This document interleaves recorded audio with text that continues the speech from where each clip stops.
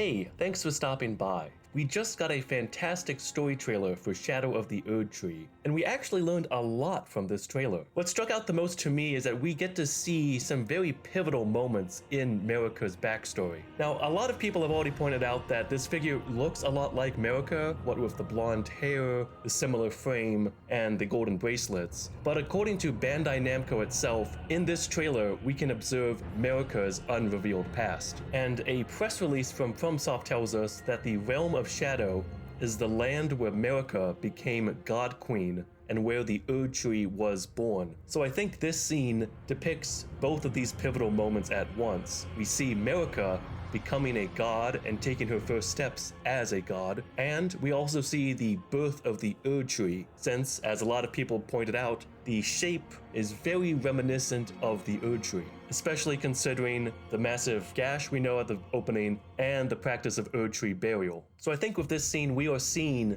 Marika creating grace itself. The symbolism here is very overtly yonic. I don't think I need to explain why, but this physical dimension also has a lot of parallels in the base game already. Both Fia and the Dung Eater were able to gestate their mending runes, and the sexual symbolism was also very blatant. Fia gave birth to her rune after she lay with Godwyn, while for Dung Eater the process is quite literally and figuratively very perverted, a defilement of this type of process. This also reminded me of how the Finger Maidens are able to turn runes into strength. And in the 1.0 version, we get this little bit of audio from Melina after you level up. It is done. To me, this sounds like there is some type of physical exertion on the part of the Finger Maiden, which again would further support this birthing metaphor. This pose, as well as this shot on the Shadow Tree, immediately brought to mind the Scar Seal and Sword Seal for Marika. According to their item descriptions, the Marika's Scar Seal is an eye engraved with an Elden rune, said to be the seal of Queen Marika. These seals represent the lifelong duty of those chosen by the gods. While for her Sword Seal, this legendary talisman is an eye engraved with an Elden rune, said to be the seal of Queen Marika. Solemn duty weighs upon the one beholden, not unlike a gnawing curse from which there is no deliverance. The crescent shape also reminds me of the rune arc, where the blessings of the Elden Ring pooled. This emphasis on duty in this Scar Seal and Sword Seal makes me wonder if Queen Marika was doing this out of a sense of obligation or duty, perhaps to the greater will or to some other Lovecraftian entity. What's also interesting and hasn't gotten a lot of notice is that the music from this first section sounds a lot like the music from the fight against the Elden Beast. I'll also point out that in the 1.0 version, the Elden Remembrance was called the Rune of Marika, so that further deepens this connection. And this shot right here reminded me a lot of the Memory of Grace. This was the memory of first grace, which once guided bygone tarnished to the lands between. It is merely a cycle. Stand before the Elden Ring, become the Elden Lord. The seduction and the betrayal.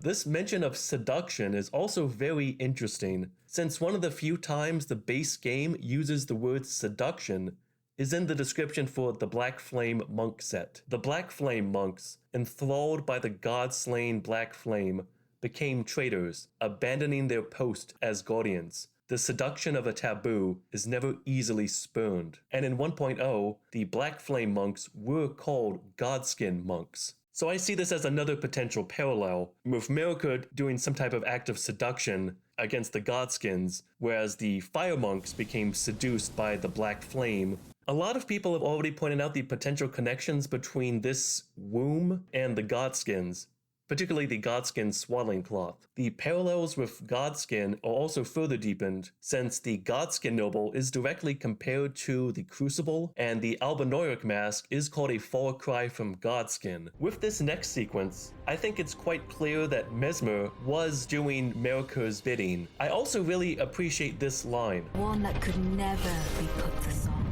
For me, it works on a number of reasons. For one, it provides an in-universe explanation for why we never heard anything about Messmer until now. He just wasn't put into song. And secondly, it could also offer a potential motivation for Messmer. Maybe he felt slighted that he wasn't able to achieve glory or received any recognition for his work. And in the first trailer we got, he does say this. Mother, wouldst thou truly lordship sanction in one so bereft of light? Considering that Marika married Godfrey, who was just some barbarian, then married Radagon, who everyone else just thought was some random champion, and is now working with the Tarnished, I could see why Messmer would feel slighted.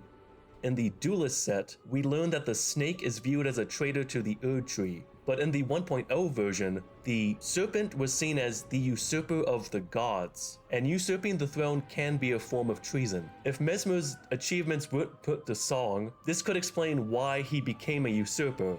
If this is the case, I do wonder if Messmer was banished to this land of shadow after he tried to rebel against Marika. It would also fit the romantic, literary version of Satan, best explored by John Milton in Paradise Lost. It is better to reign in hell than to serve in heaven. I do want to close with a bit of unhinged speculation, since that's the most fun part of these videos. So, for starters, who is the narrator? Personally, I think the narrator is Renna, the actual Renna, who is most likely the Snow Witch. Remember, in the story trailer for the base game, Ranni was just called the Storyteller, and she first told us she was Renna, so hearing from the actual Renna would make for an impactful parallel. With her connections to the occult and spirit calling, Renna, as the Snow Witch, could be a potential link between Torrent, Miquella, Ranni, and maybe even the Glowmite Queen. Thank you so much for watching. I'd love to know what you think.